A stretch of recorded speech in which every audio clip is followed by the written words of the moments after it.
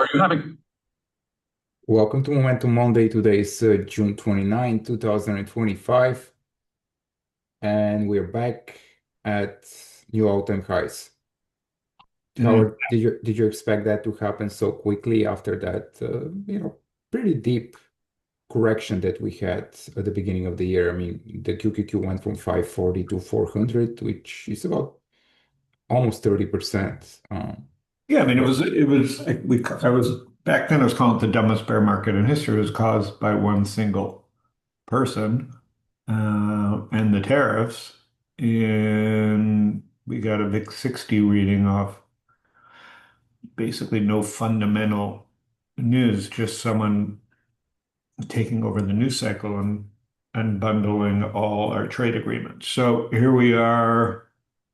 I mean, if you look at the headlines, Trump was threatening Canada and half the countries again. So not much has changed since February, including prices, right? Interest rates are basically the same. What do we know in June or July now that we didn't know in February? He's bullied the Fed, rates have stayed the same. The tariffs, no one can explain it. And there was a 12-day war that Israel and America decisively won. So if you just took out the tariff nonsense, this would be just we went nowhere. Um, and there's kind of a peace breakout, which also means there's just an explosion in defense spending and the continued explosion in AI. So you take out the VIX 60 and you just have a long sideways action from, November of last year, and now you're getting this breakout.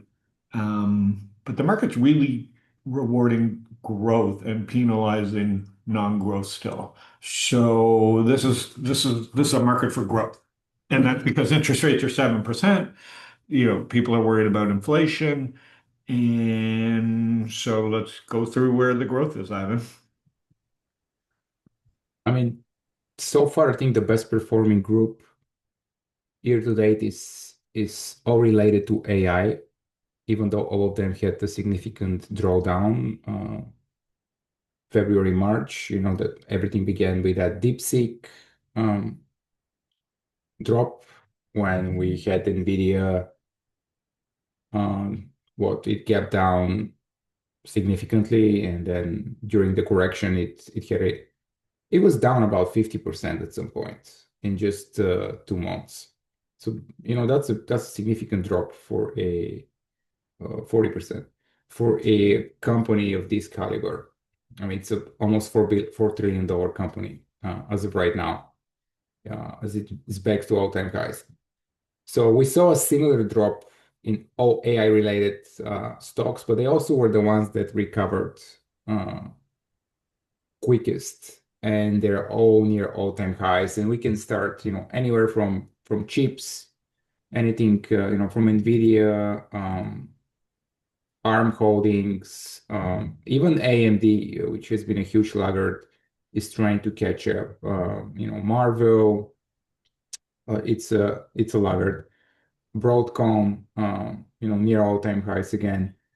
Um, I would think any, it's really the SMH, and it's ruled by AVGO, Broadcom, and NVIDIA, right? Like, yeah, if everybody should go listen. I put it on my newsletter today. The Code 2, Bill Gurley, Gerstner place. Everybody's bidding for NVIDIA's chips, and the only thing people are talking about is maybe Google chips, but like they're so. And then in the LLM space, it's ChatGPT by a mile, right? And the thing about ChatGPT, if you go read my newsletter, is it's not even obviously it's a great magic trick right now, but it's not going to get worse. It's only going to get cheaper, faster, better. Now the question is, does it get more useful? And the smartest people are betting on an AI super cycle, right? You've got crypto aligned with a government that's anti-regulation, and then you have AI also anti-regulation. And if you pull up Meta, you can see that they're getting around regulation. Meta bought 100% of a company by only buying 49% of it, or paying, with this forget the name of the company that they just bought. But anyways, the AI company they just bought for 30 billion or 15 billion. 1% of their market cap, and they won't have to go through regulation scrutiny because they basically just bought the CEO over and left a shell of a company. So the question is, they're pushing regulation, they're kicking the regulation can down the road, and they figured out a way to get around, the government just, blocking transactions. So I think if you look at the stocks, I think it's Meta and Microsoft that have been the most aggressive in AI, and they have been the best performers in this AI phase. But they're lagging nuclear, they're lagging energy in AI, they're lagging Oracle. If we look at there's new companies, and they're lagging the chips. So the Mag 7, if you take out Microsoft and Meta, have really lagged. I mean, Together, they're only up, yeah. they're down 1% this year. So this has not been a Mag 7 AI rally, even though that's what everybody predicted. I mean, Um, yeah, considering their size, I think it's kind of normal that they're underperforming, even though they really have the money to participate yeah. in that trend. But yes, you're right, energy, because AI needs to be powered by something. So anything like utility related, like CG or VST, um, which one? Energy. Like there are a few others, Energy, let me pull that one up. I don't think I'm following that one. and Okay. and then obviously now the market is speculating that that source of energy will be nuclear. That's why this year, and not only this year, but anything nuclear has basically doubled or more than doubled in the past few months. His LEU, and then obviously a bunch of more speculative ones, OKLO and SMR. And then obviously FLR is, they're not speculative, they're like a serious company that they own part of SMR, and they're actually the ones that are building the infrastructure for any nuclear project really around the world. So they're kind of slower mover, but definitely a company which is benefiting from that trend. Um, and then obviously we have AI in terms of applications and in terms of software, and then company like Snow I, I'm, I'm, I, trying to I'm recover. long snow, and it looks like it's going to go much higher now. And then Yeah, you get Databricks you'll get yeah, data as an IPO, Datadog. Snow breaks out. But yeah, Datadog's been kind of a sideways for years, but I think Snow kind of been forgotten in an era of where AI makes data more valuable. And Snowflake has built like the biggest data lake, them and Databricks. Go look at a more of a monthly on Snowflake. Yeah, basically at all-time highs because everybody from 21 is out. But still, I don't think it'll be. It just, it's not. This company's kind of been left for dead for 4 years, 3 years. Yeah, it has built a huge base here. He's You trying to can't break ignore out. can't ignore this. Not cheap though. So again, I think there was who was out last week saying valuations don't matter. I mean, these are things you don't hear. So on the other side of this, Ivan, is we're seeing stuff you don't see at the bottom, right? So, I feel like this is some kind of peace market, like some peace dividend. No one predicted that Iran would be, I wouldn't say neuter because they've got, the power of terrorism and money. But that's from Syria to Lebanon to Iran, they've been kind of neutered, and the Middle East could look very different. And we know Saudi Arabia and these places want to make money and spend money. So, but at the same time, we're seeing stuff that doesn't happen at bottoms, right? When analysts are saying market caps don't matter. So, of course, on any day-to-day valuations, I oop, mean, people were saying that when interest rates were zero, right? And basically the real interest rate were negative at some point, years ago. Now we're dealing with a little bit different situation, but maybe they're referring to maybe 6 months, a year from now, when the Fed will have a new chairman and they'll be cutting rates.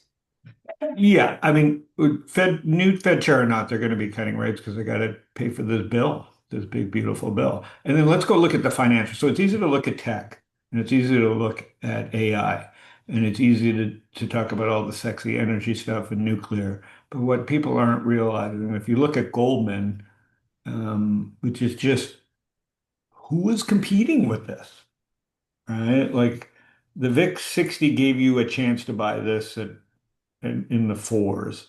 And if we go look at a monthly, this has gone sideways for 20 years. And, until that breakout in 21, 22, when the market and now you've got this really big breakout in 24. And, and then you had this, and so I look at Goldman and I go, IPOs are going to get better.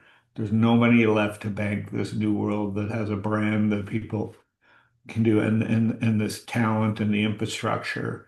Um, and crypto is becoming a little more mainstream, so they're going to bank that and do all these deals. You got SPACs back. They're going to have some of their best quarters of all time coming up. And I'm not saying chase it up here, but we've been talking about Goldman for 2 years here. The other one that I'm buying this week is Schwab. I don't like it. I don't want to have my account there, but if you go look at a monthly and you look at where Goldman is, I mean, should resolve itself to the upside. And so they've been a laggard in this space.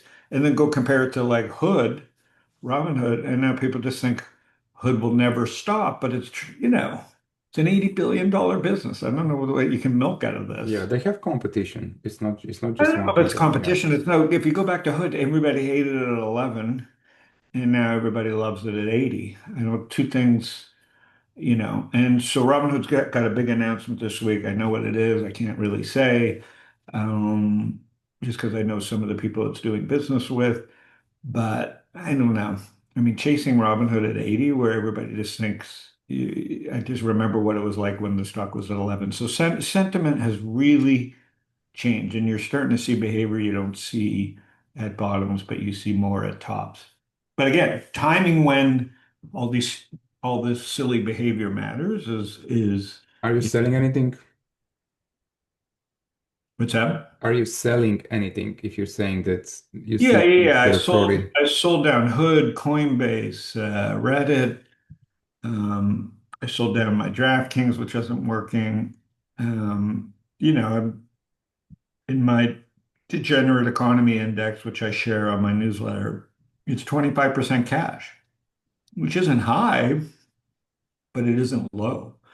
So I just don't think DraftKings, play catch up, but it just doesn't have the business that like the Robinhood has. It doesn't have the margins, and it's just got so much competition on the edge, and it's not cheap, also. So you've got to go with like the fastest growing companies right now, or you're not going to be rewarded. And the market's really moved into some new names that nobody follows. Same with defense, Ivan. Like if we go to I'm looking through what is that? AVAV, which I don't know, KTOS, Yeah. KTOS. Are you following any of these? Yeah, yeah, absolutely. DRS. Yeah. Look at that. Yeah.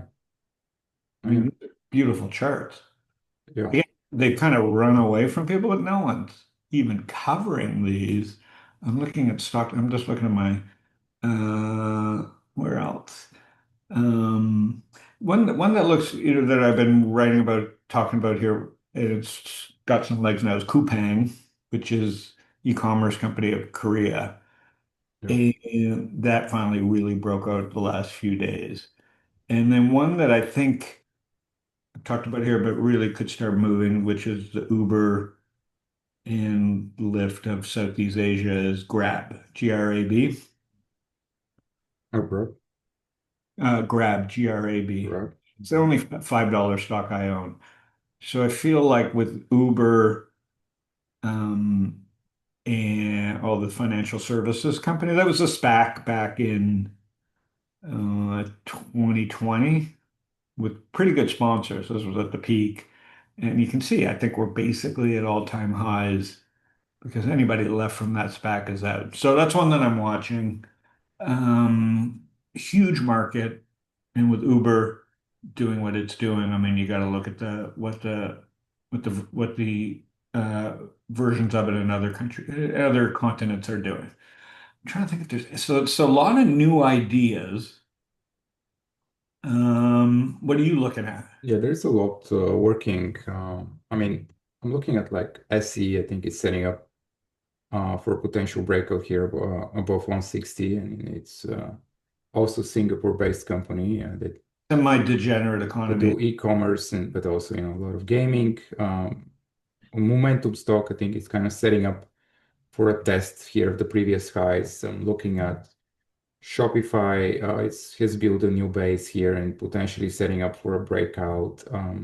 It's lagged though. Huh? I mean, I've always known it, but it's lagged. Yeah, in a way, but it looks good on several time frames. So for me, that's Yeah. good because it has built a base. Yeah, but I'm saying Um, is like this is where you could swap out of something that's super extended while yeah, I mean, you the obviously market could rotate in this for the reasons you just said. Good you base. have companies like CoreWeave that are up like 200-300%, that have done a lot better, but they're not going to continue with the same pace. So you need to rotate. Yeah, But then I think Dutch Bros is starting to look interesting. Also, it has lagged I own it. and Yeah, it's more volatile. But if it manages to go back above 70, 71, it yeah. might recover towards its 52-week Yeah, highs here. I think one or two more good earnings in a row, and this is well over $100. So again, it's growth. Like they have to grow or they will be punished, right? There's so much growth out there because of AI and because of energy and because of semiconductor and cloud. So there's still so much growth. So this is just an American growth story. If they can't, you can see why. But yes, if they have a big quarter, you won't be able to get in. The stock will gap and go. Yeah. So I'm in this. This is kind of probably a new company for my degenerate economy, actually. So thanks for bringing it up. I'm going to add some of this to Yeah, I my. mean, there are many ideas. You cannot own them all. You cannot chase them all. Yeah. Just create a focus list of Yeah. a few and just trade those or invest in those. And it's okay to miss some. It's Oh, you're going to. Again, yeah, I want to say I still believe in direct indexing and indexing, but I'm saying if you're going to try and beat the market, you got to kind of do what we're doing here and kind of look through the rotations. Okay, well, I think based on our own idea sharing, we can say it. There's some behavior, like I said, that doesn't suit this being a bottom, but there's so many good setups that if you can manage properly, there's just a lot of rotation to take advantage of, and there's a lot of yeah. breakups still. Bull markets correct through sector rotation, and we've seen some, huge shakeouts like PLTR on Friday, and now it's up, 5% overnight. So Yeah. you see those types of shakeouts in high momentum, high growth stocks. And Um, I'll tell you what, like if we look at Meta, I'm not going to show my chart, but when it pulled out back 75%, the earnings were hardly down. So again, there's just more of the world's connected right now, and both the corrections and bear markets happen just much quicker, right? And they get yeah, repriced much quicker. Yes, of course, when with Trump in charge and just him single-handedly creating what, like I said, like what I think is I wrote about is the dump. It just there was no reason for the bear market. Of course, we could argue the rest of history that it was the most genius negotiating. I don't care, but there's still no reason for the VIX to hit 60 off his plans. So um, I have a feeling that we have not seen the end of the tariff no, volatility. he's back. He needs to be in the media. I mean, listen, he came in late. He's taking credit for toppling Iran. And if there's no terrorist activity, he needs to be back in the headlines. So tariffs are his easiest way to be back in the headlines. And same with bashing the Fed, right? I mean, he's not going to get any complaints from Goldman. He's not going to get any complaints from Schwab. Um, He's not going to get any complaints from Robinhood or the crypto people if rates keep coming down. He's not going to get complaints from the home builders. I mean, the home builders are the only index that seems to be struggling. Right? And even they are not really struggling that Yeah. much. And the only thing, we have to mention, I mean, the US dollar is down 10% year to date. So Yeah. all So those that's helped. gains That's helped too. that you see in the stock market, Yeah. there is a other side of the coin. Well, I'm saying there Yeah. is gains if you're not going to go spend them in Europe. There really are gains. If you Yeah. need to take that money in and go spend it in Europe, the gains aren't as good as they've been. Yeah. Yeah. So, Yeah. so a lot of factors here. The S&P is only up 4%. So I think hedge funds are probably destroying the indexes this year with the volatility, but time will tell. Still a long way to go in the year. Um, we took a poll on StockTwits. 70% of people think the market will be up at the end of the year. And so, like I said, there's a lot of chasing. And I don't think this market it's rewarded chasing the last month or two, but that never really lasts. And Yeah. so I think look for tighter bases like you were mentioning and some rotation. Exactly. All right, All Howard, right, thank you. buddy. Everybody have a great week. All right, see you next week.